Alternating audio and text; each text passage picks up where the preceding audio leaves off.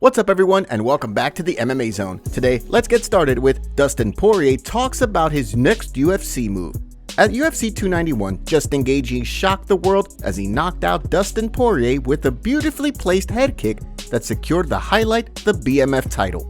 Following the fight, there have been a number of questions regarding what the future may hold for the Diamond, given that he has no interest in fighting and up-and-coming fighters. In addition to possibly moving up to welterweight, a bout with Beneil Dariush, who recently lost to Charles Oliveira, would make sense given the placement of both men in the 155-pound rankings. Despite that, Dariush recently stated that he would not be pursuing a bout against Poirier, given that the Diamond was not interested in a bout last year. During a recent interview with MMA News, Poirier revealed that he wants to compete again before the end of the year, citing his frustrations with sitting on losses. When it came to a potential fight with Beneil Dariush, Poirier explained that he would have to see how he feels when the offer is made.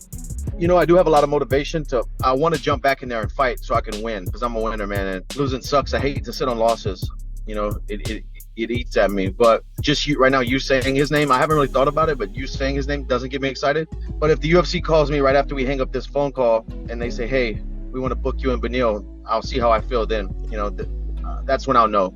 Of course, for Justin Gaethje, the next step seems to be a fight with the winner of the UFC 294 scrap between Islam Makhachev and Charles Oliveira, meaning that if Poirier does choose to stay at lightweight for his next fight, he could also wind up competing against whoever loses in Abu Dhabi. With the lightweight title fight taking place at the end of October, however, Poirier could end up looking at a return in 2024 should he pursue a fight with the loser of the bout. When he returns to the octagon, who do you want to see him compete against? Drop your thoughts in the comment section below. Before we continue, make sure you give that like button some love, and be sure to subscribe to the MMA Zone for all of the latest news.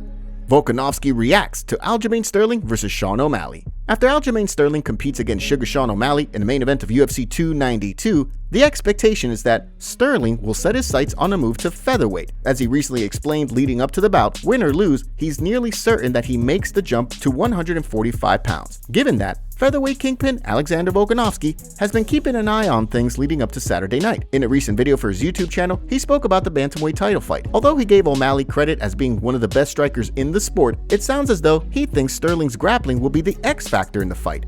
Sean O'Malley is creative even on the ground, but very, very comfortable and to say that Aljamain's strength and wrestling maybe be too much there. You can be creative, but I feel like I'm sure Aljamain's dealt with a lot of dangerous guys off their back on the ground. I don't think he's going to make too many mistakes there. I think his control is going to be too good, and I think that's going to be a bad place to be for Sean O'Malley. Despite that, Volkanovski could not deny the fact that O'Malley seems to be entering the bout with plenty of momentum, and as such, cannot be counted out of the fight. While speaking with media members leading up to UFC 292, O'Malley was asked about Volkanovski's comments. It definitely feels like it's playing out that way, but I still have to get into an octagon with Aljamain Sterling, the best bantamweight of all time, and do that magic. I still have to go out there and perform it and do what it's all kind of looking like it's supposed to happen. I'm going to go out there and put his lights out. I still got to go out there and do it. With the stakes at an all-time high, when the octagon door closes behind O'Malley and Sterling on Saturday night, the energy in the TD Garden will surely be electrifying. UFC gets exposed.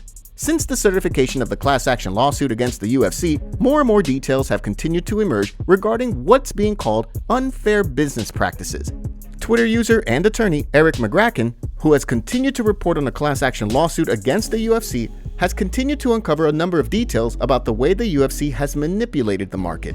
After uncovering details in court documents which indicate the court believes the UFC dominates the market simply because they have a stranglehold on things, McGracken dropped another massive bit of information he uncovered.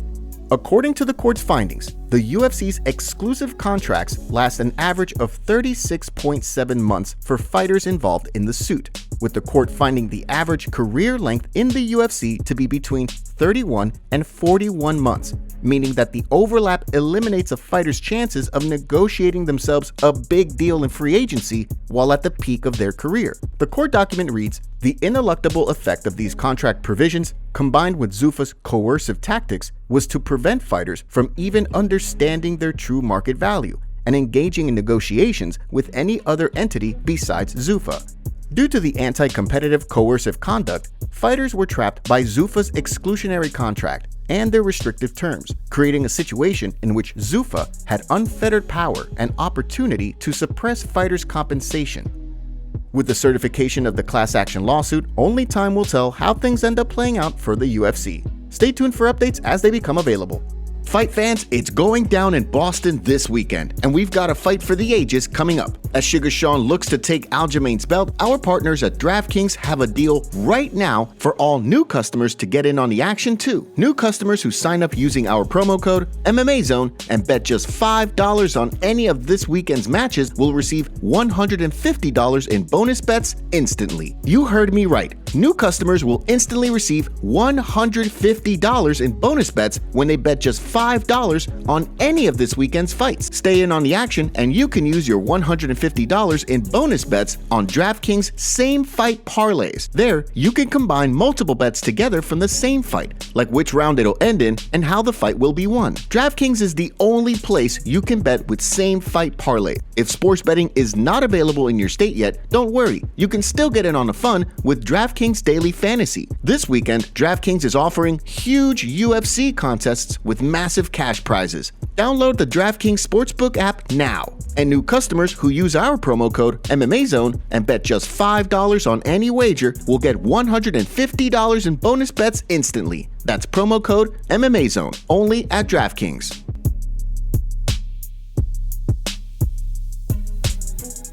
Joe Rogan makes a return at UFC 292. Longtime UFC commentator Joe Rogan will be back in action at UFC 292 as he joins Jon Anik and Hall of Famer Daniel Cormier in the broadcasting booth, Octagon side. Rogan, who no longer travels to work international shows, appears only a handful of times a year to work US-based pay-per-view cards. The event will also see former two-division champion Conor McGregor make an appearance, according to TSN's Aaron Bronstetter, who spoke with Ultimate Fighter Season 31 finalist Brad Katona.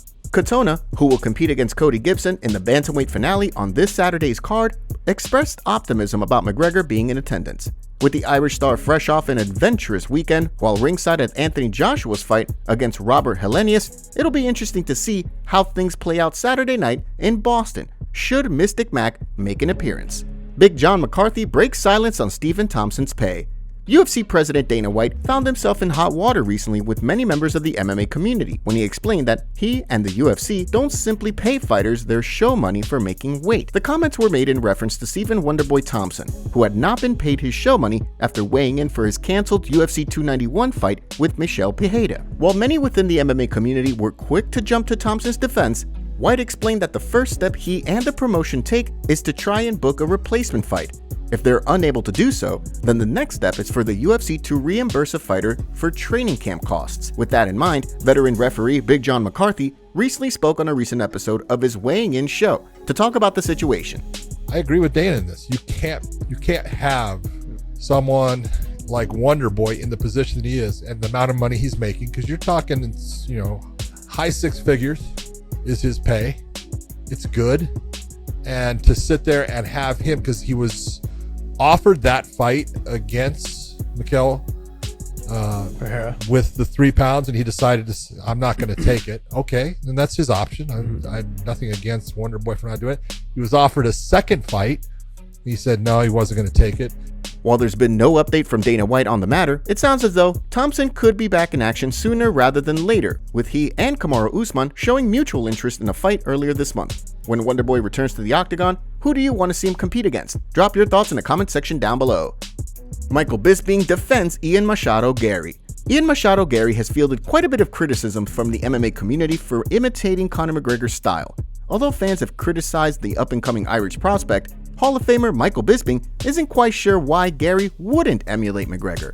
While speaking in a recent video for his YouTube channel, Bisping weighed in on the situation. Now, some people it's rubbing up the wrong way. Some people are saying he's too cocky. Some people are saying he's trying to become the next Conor McGregor and all the rest of it. Why not? Why wouldn't you want to be the next Conor McGregor, right? I'm talking about the double champ version in 2016 and the ridiculously loaded man that he is. Everybody wants to do that. Everybody wants to emulate that. Of course, over the years, a number of fighters have imitated McGregor on the mic, with Kamaru Usman famously quoting McGregor's "I need to see some activity" line, and a slew of fighters using McGregor's famed "Dana 60 G's baby" line after his 67-second debut win. With McGregor reportedly expected to be in attendance at UFC 292, only time will tell whether Garry gets the win in front of the biggest star in the history of the sport. And now for our breaking news story of the day. You know, let's be honest. Let's talk about the facts, Michael. You know, is Jon Jones going to be willing to share a card with his former college roommate who knows all his dirty secrets, all the skeletons are in his closet? A little birdie told me, Michael, that he went to the behind, backstage with the suits and the big dogs at the UFC and said, hey, he refuses to share a card with me. So, they're going to give him what he wants. They don't want to ruin their New York show, and they're hoping that he still shows up. For these reasons, Jon Jones does not want to be painted in a bad light, so he's not going to share a card with me. I think the only way we get Madison Square Garden Bisping is, if we're headlining it because Jon has to pull out again because he's sniffing some white girls like Joe Biden.